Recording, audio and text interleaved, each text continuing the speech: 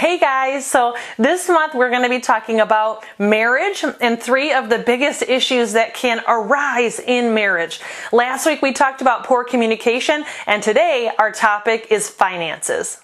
Now each week I'm going to be sharing 3 pieces of information. The first is a quote from a book that I think speaks well into this topic. The second thing is a personal story, and then last, a Bible verse. So here we go. The first piece of information I want to share with you is a quote from Dave Ramsey's book, Financial Peace.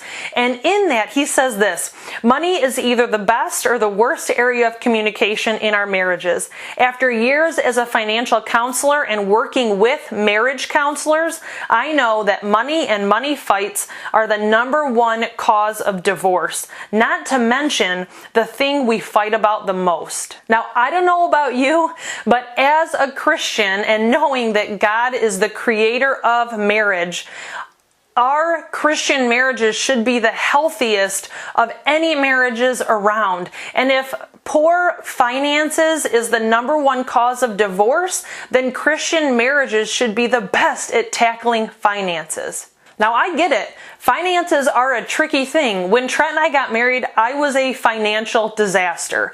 Trent owned a home, had no car debt, paid his credit cards off every single month. I had a leased car that I was currently over my miles on, was paying interest on my credit cards every single month, and though I was technically making more money than Trent at the time, I still lived with my parents, and my big claim to fame was that I had bought a computer with cash. Fortunately, when Trent and I got married, God laid it on a couple's heart to give us a Dave Ramsey book. And since then, Trent and I have been on the same page about our finances. We rarely fight about money. However, we talk to a lot of people, married, single, young, and old, that are in financial trouble, or they just don't have their finances in order the way that they would like to, and it causes them stress and issues with their relationships. Now, I don't want that for you, and I know God does not want that for you either.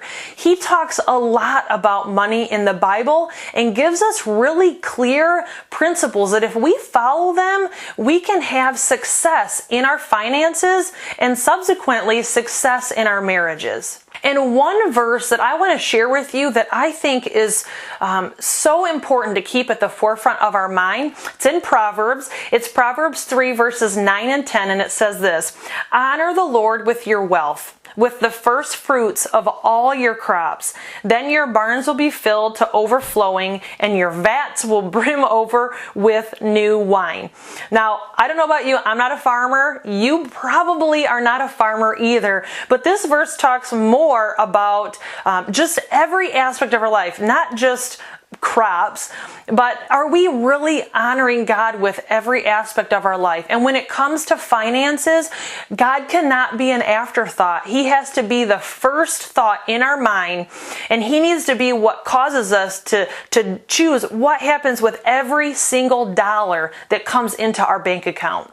Now, if I had to give you one piece of good advice, it would be to talk to your spouse and tell him that you want to put God at the forefront of your finances.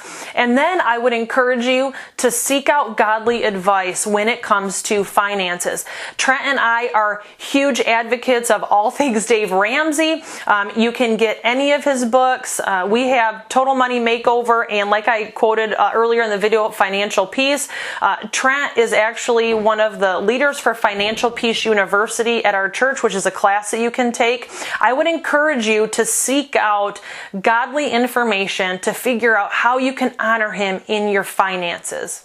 Now, I don't want this information to get lost on all my single ladies that are watching this video. If you are single and you are watching this, good financial sense is not just good for married couples, it's good for you as well. Having your finances in order causes less stress, which is good for everyone. And should God bless you with a spouse at some point, then you can go into it knowing that at least you have your finances in order, which will will cause less arguments, less disagreement once you get into marriage. And if God should so bless you, you could end up marrying somebody who also has their finances in order, and then that will just be one less thing that will cause stress in your marriage.